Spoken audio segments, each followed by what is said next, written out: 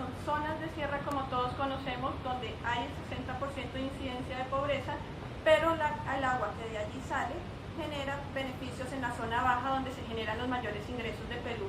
Entonces es un muy buen mecanismo también, o tiene un gran potencial para promover la retribución de los beneficios que se generan a través del capital natural que tiene el país. La ley, si bien es reciente, fue aprobada este año, no quiere decir que estas iniciativas sean recientes. En un estudio que hicimos con el Ministerio de Ambiente, identificamos en el 2013 16 iniciativas, de las cuales está Moyobamba, que ya fue mencionada hoy por SUNAS, que empezó desde el 2004. Y desde ahí han venido surgiendo más iniciativas.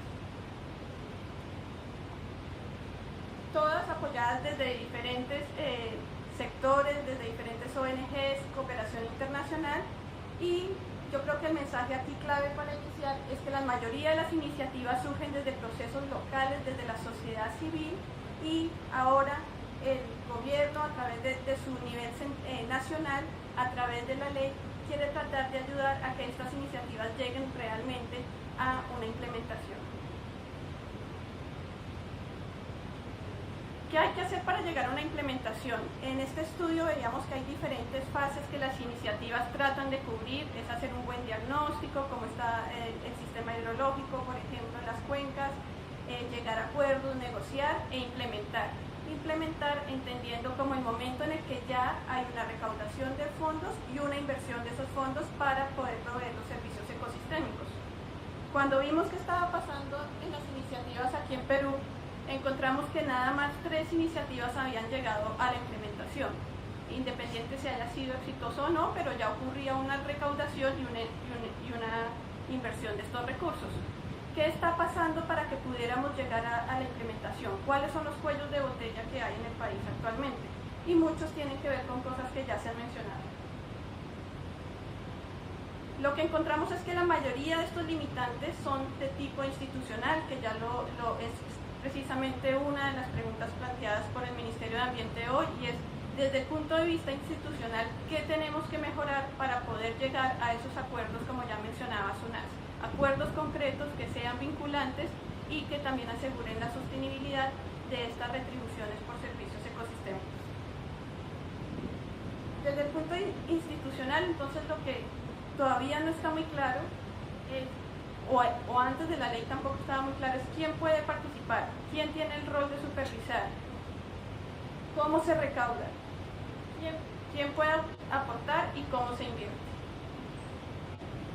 En cuanto al tema de exactamente en roles y competencias, que no estaba claro, era el tema de la falta de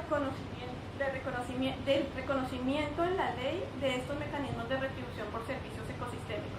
Entonces, muchas veces cuando un gobierno local quiere participar, pues antes de la ley no sabía si era algo que legalmente él podía hacer.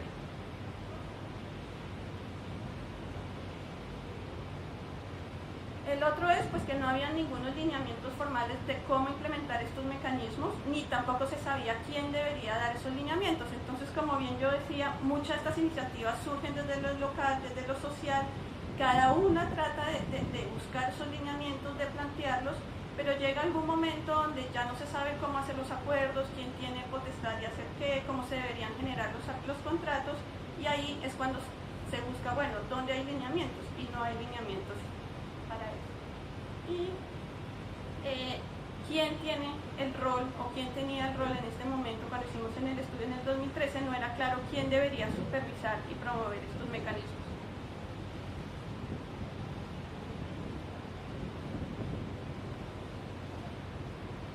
En cuanto a la recaudación de aportes, diferentes iniciativas han tratado de ver diferentes soluciones o fórmulas de recaudación. Algunas, y tal vez la mayoría, han buscado a las SECs, y como veíamos hoy ya con la resolución que hoy mostraba SUNAS, pues las SECs ya lo pueden hacer. Entonces es una ventana que se abre. Lo otro era las municipalidades, qué rol podrían tener para recaudar aportes, por ejemplo, de los pobladores locales que se benefician del agua de las cuencas. Entonces hay algunas iniciativas que han tratado de explorar esta otra fórmula. Hay otras que incluso han tratado de ver si incluso las empresas de luz podrían tener o no este rol, pero digamos que se abrió nada más como una opción, y otras han pensado simplemente en ver si habría la necesidad de crear nuevas instancias para hacer el recaudo de aportes voluntarios de todos los actores que se benefician de los servicios ambientales, sobre todo hidrológicos. ¿Quiénes aportan? En la mayoría de los casos los aportes que vienen siendo concretados son o de privados o de cooperación internacional. Y un limitante que salió bastante en el estudio es que no era muy claro si podían utilizarse fuentes de inversión pública para alimentar estos mecanismos de retribución. Y lo otro es que, a pesar, y como bien ya mencionaba también SUNAS, en algunas de estas iniciativas el sector privado ya está participando, no hay ningún incentivo o algún mecanismo que pueda asegurar que esas contribuciones sean recurrentes y hagan el mecanismo sostenible en el tiempo.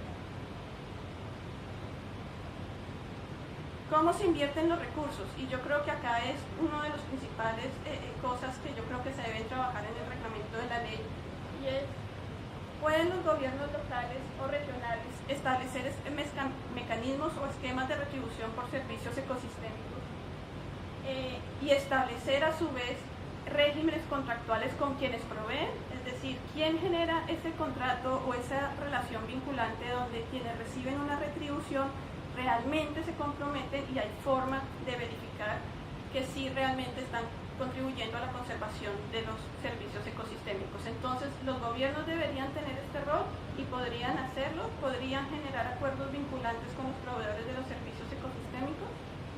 Y otro limitante o otro desafío que viene muy grande en el tema de la implementación de la ley es qué pasa cuando yo tengo que celebrar, o en estas iniciativas hay que celebrar contratos o acuerdos de conservación de esos servicios ecosistémicos con actores que tienen diferentes personerías jurídicas. Es diferente tratar de generar un contrato con alguien que está en un área protegida, con alguien que es posesionario o con alguien que tiene un título de tierra. Entonces, allí creo que vienen uno de los desafíos claros, porque al final del día, y como ya mencionaban hoy, estos acuerdos voluntarios se tienen que plasmar en acuerdos que sean vinculantes y que puedan ser, se les pueda hacer seguimiento.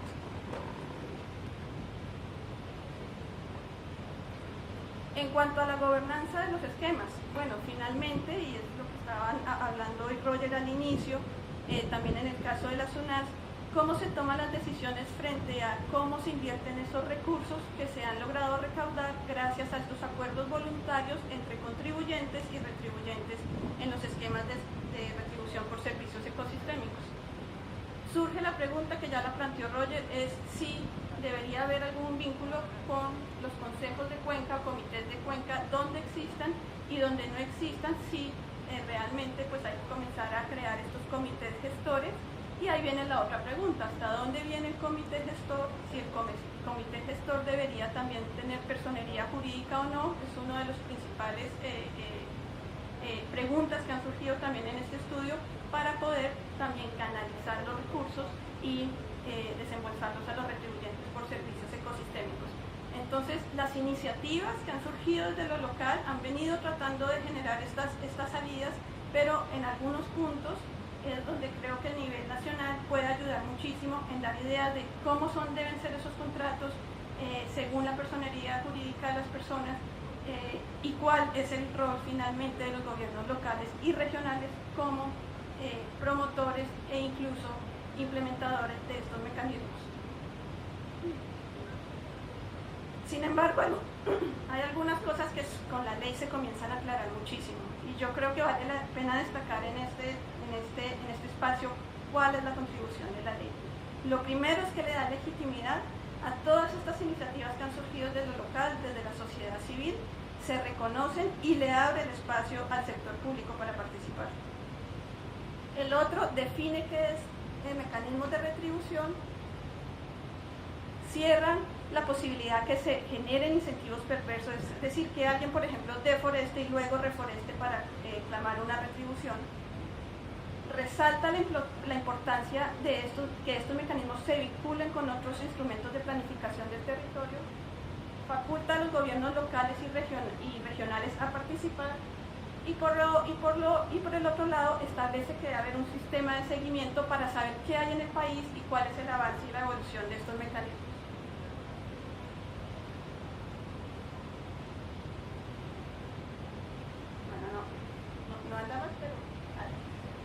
Y es así como después de la ley venimos trabajando en un esquema, en una plataforma de servicios ecosistémicos donde básicamente, y ustedes ya la van a poder ver en la página web del Ministerio de Ambiente, todos estos esquemas o todas las iniciativas que ya vienen surgiendo, tanto para el tema de servicios ambientales hidrológicos como para carbono, se registran, estén en la fase que estén, no tienen que estar necesariamente implementadas, pero va a facilitar al Ministerio y a todos los colaboradores del Ministerio en este tema en ver dónde hace falta que se dé más apoyo para que éstas lleguen a implementar y también promover un esquema de intercambio entre experiencias que lo que una solucionó de pronto puede también servir a otra. Y un poco también ya para dejar para la discusión, una vez yo creo que resolvamos estos temas institucionales para la implementación adecuada de estos mecanismos, creo que vienen 3 retos claves para maximizar el impacto que pueden tener estos mecanismos. Uno es establecer y tener un portafolio de alternativas de uso y manejo de la tierra que sean validadas y que prueben que son realmente efectivas para rehabilitar y conservar los servicios ecosistémicos, y creo que esto viene de la mano con lo que decía Roger del rol de la ciencia en esto. El otro, promover arreglos institucionales según la naturaleza jurídica de los que participen que puedan ser aplicables a diferentes casos, es decir, que cada iniciativa no tenga que empezar desde cero cuando se encuentra con diferentes situaciones jurídicas. Y la tercera es cómo vamos a promover que el sector privado participe de manera recurrente para dar sostenibilidad a estos mecanismos.